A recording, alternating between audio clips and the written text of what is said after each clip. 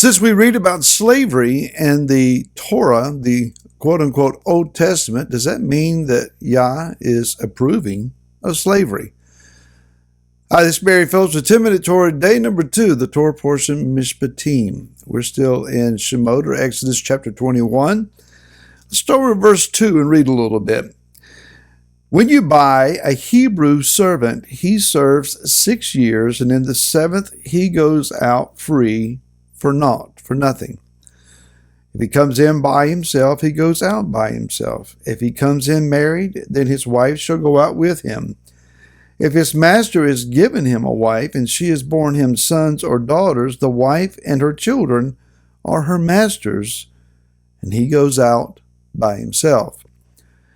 Let's skip down to verse 7. And when a man sells his daughter to be a female servant, she does not go out as the male servants do. If she is displeasing in the eyes of her master who has engaged her to himself, then he shall let her be ransomed. He shall have no authority to sell her to a foreign people because of him deceiving her. And if he has engaged her to his son, he is to do to her as is the right of daughters. Now, what are we talking about here? Selling your children and buying people? And does Yah actually approve of this? Exactly what in the world is going on? We thought that slavery was unrighteous. Modern slavery, as we have come to understand it, has been based primarily upon race. One race would enslave another, one culture would enslave another, simply based upon ethnic or racial identity. That's wrong. That's sinfully wrong. There's no way other than to say it that way. Taking a slave of someone just because their skin color is a different color than your own. One color does not have any superiority over the other. If you go beyond the tone of the skin, we're all human beings. Our culture, our language, our histories may be different, but we're people. We're human beings, and we should treat each other correctly, righteously. That being understood, the scriptures do tell us about the boundaries of slavery. One might even argue that Yah knows the propensity of man to enslave others, and so the Torah sets the boundaries by which this is permissible, or the guidelines by which one would be in servitude. Specifically, what is mentioned in verse 2 is when you buy a Hebrew servant, when you buy someone who is of your own culture, your own ethnicity. What is it that is being referred to here? While the Torah would not give us the right to enslave someone based on their skin tone and skin color, there is financial slavery. Servitude simply because of poor management of one's resources. Now let's consider what would have to happen for an individual who is a Hebrew to come to a place of being in servitude. These people that are being spoken to are those that are going to go to the land, and each one is to receive an inheritance in the land. They are to receive a land portion that will give them the opportunity to sow and to reap. Yah says, I'll give you homes that you didn't build, and fields that you didn't sow, and vineyards that you didn't plant, olive trees and groves that you didn't cultivate and grow. You're going to walk in, you're going to possess the land.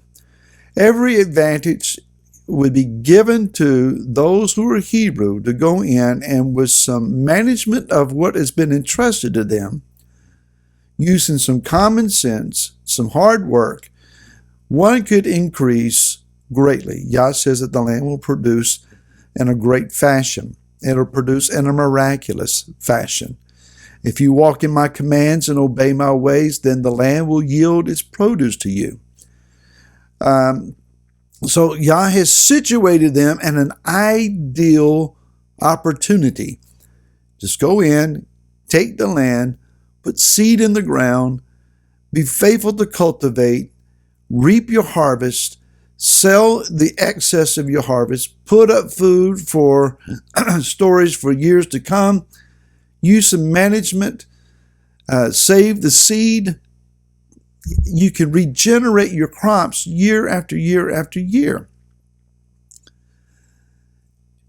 Man left to his opportunities oftentimes is going to get lazy or reluctant to work as hard.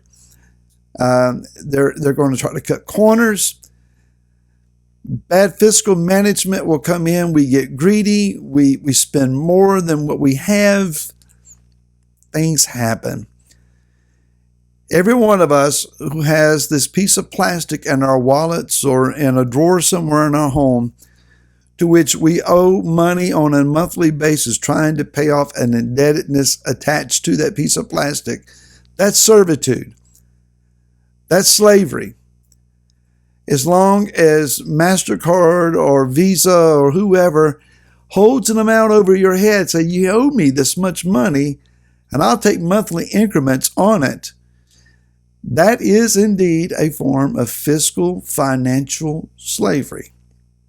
And we have to work until we pay it off.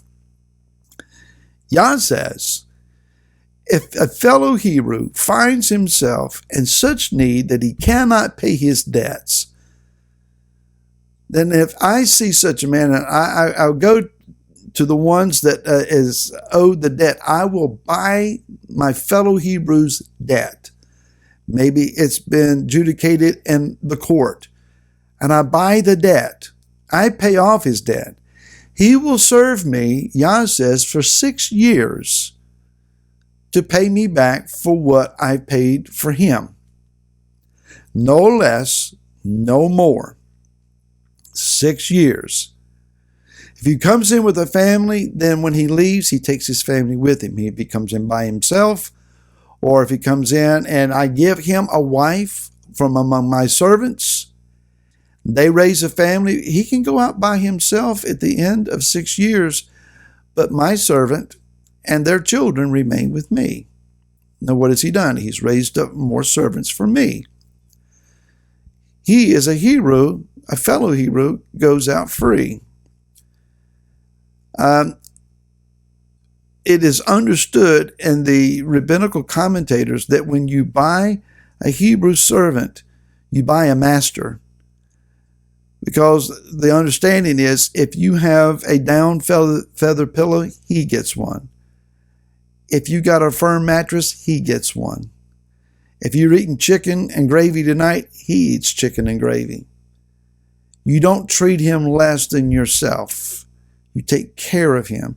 But the goal is that if I am able to fiscally correctly operate and manage my inheritance and my holdings, I can teach him to do the same so that he does not have to go through the servitude process again.